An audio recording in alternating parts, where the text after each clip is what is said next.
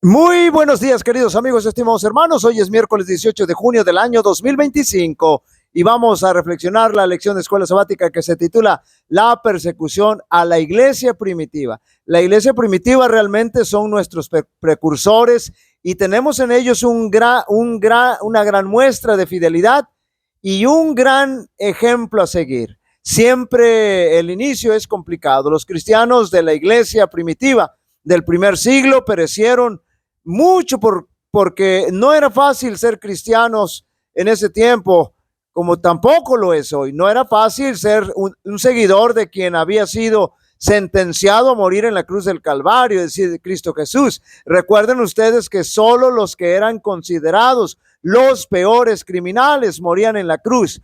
Todos sabemos incluso que quienes lo sentenciaron, sin embargo, y lo crucificaron, sabían que Jesús no era un criminal, pero el enemigo aprovechaba para atacar y destruir a los cristianos. Y note usted lo siguiente: sus mismos hermanos, note bien, sus mismos hermanos, sus mismos compañeros correligionarios se convierten en sus peores enemigos. Por eso actualmente nadie debe sorprenderse que entre sus propios hermanos en la fe, entre nuestros propios hermanos de la fe, tengamos a los peores enemigos. Pero también la iglesia primitiva enfrentó el férreo imperio romano. Noten lo que señala la inspiración al respecto.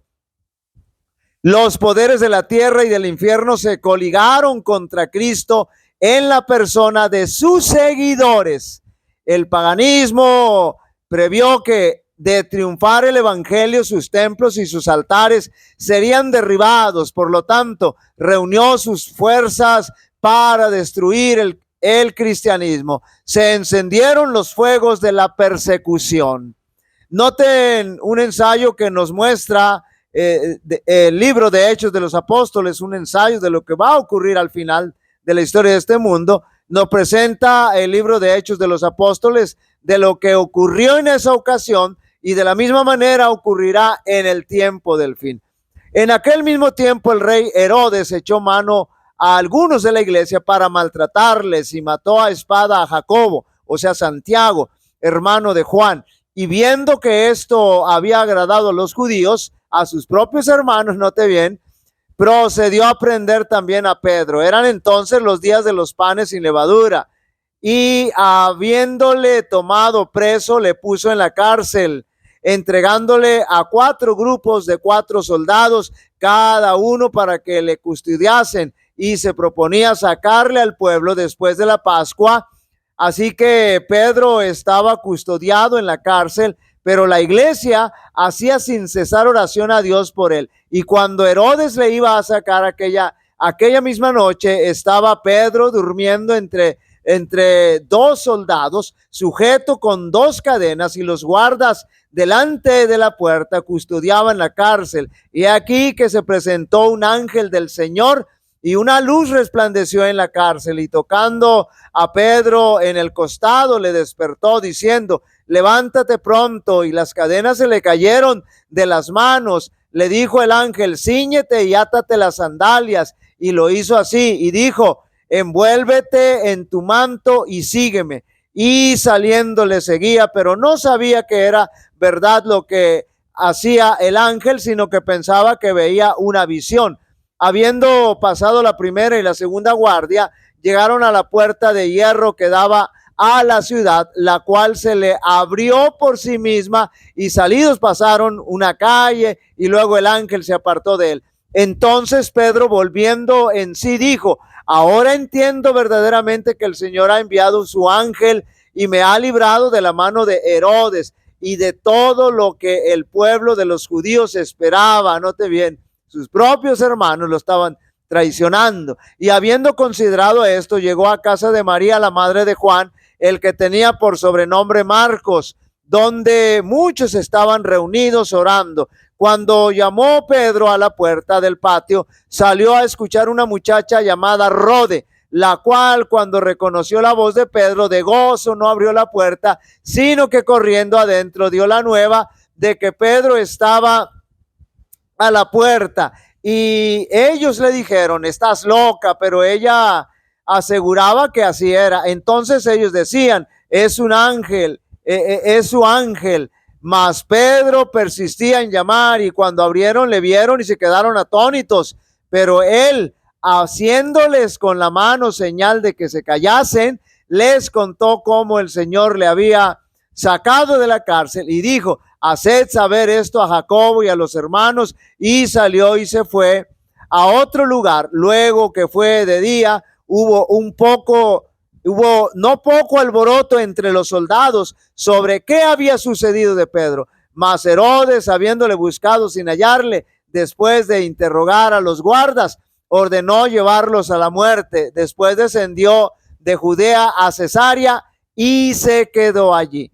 La lectura bíblica nos dice que Jacobo, Santiago, había sido ejecutado con espada por parte de Herodes, es decir, lo habían degollado.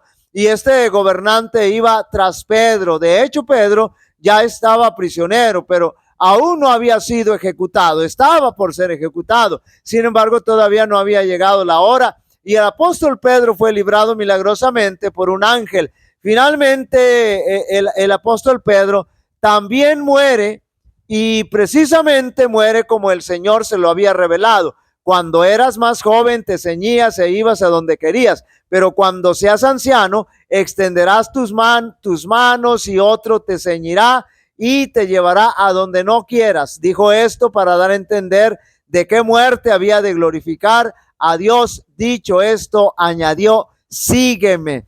El apóstol Pedro muere crucificado, pero de cabeza. Decidió morir de cabeza porque no se sentía digno de morir como murió su maestro Jesucristo. Muchos cristianos murieron a causa de esa persecución. Lo interesante del caso es que esa terrible historia de persecución se vuelve a repetir en el tiempo del fin. Pero este no es un mensaje para angustiarnos, es un mensaje para fortalecer nuestra fe. No importa lo que ocurra, sabemos que finalmente todo ello valdrá la pena. Noten ustedes que a pesar de que el Señor le revela a Pedro la forma como iba a morir, aún así le dice: sígueme.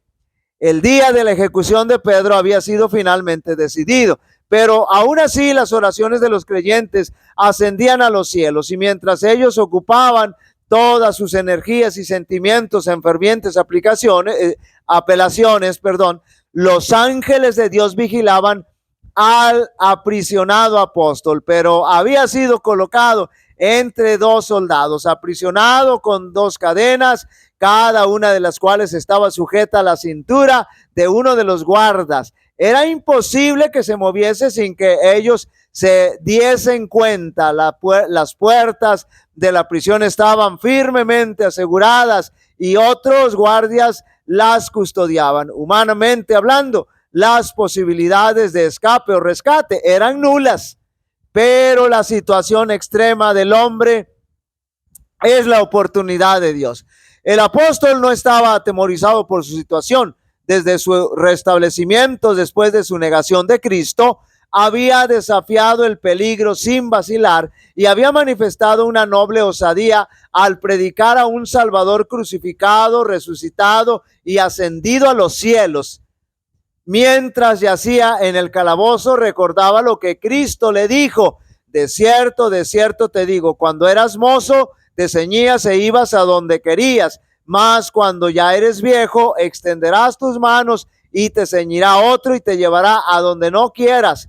Pedro creía que había llegado el tiempo para que él entregara su vida por causa de Cristo. Llegó la noche precedente a la propuesta ejecución. Pedro, atado con cadenas, dormía como de costumbre entre los dos soldados, recordando la última fuga de Pedro de la cárcel. Herodes tomó en esta ocasión el doble de las precauciones, con el fin de asegurar una vigilancia extra. Los soldados de guardia eran responsables de la custodia de su preso. Pedro estaba encerrado en una celda cortada en la Peña Viva, cuyas puertas se hallaban atrancadas con fuertes cerrojos y barras, pero los cerrojos y las barras y la guardia romana, que eliminaban eficazmente toda posibilidad de ayuda humana, estaban destinados a hacer más completo el triunfo de Dios en la liberación de Pedro. Note bien, Herodes estaba alzando la mano contra el omnipotente, lo estaba desafiando y había de resultar totalmente humillado y derrotado en su atento contra la vida del siervo de Dios, es decir, en su atentado en contra de Pedro. Queridos amigos y hermanos, la historia de la iglesia primitiva respecto a la persecución es una proyección profética que apunta a los días finales, cuando la historia se vuelve a repetir, y aunque es un pleonasmo, lo estoy enfatizando, se vuelve a repetir, pero este mensaje nos debe llevar a fortalecer nuestra relación con Dios. Jehová te bendiga y te guarde. Jehová haga resplandecer su rostro sobre ti y tenga de ti misericordia. Jehová alce sobre ti su rostro y te dé paz. Y pondrá mi nombre sobre los israelitas y yo los bendeciré. Dios bendiga a cada uno de vosotros.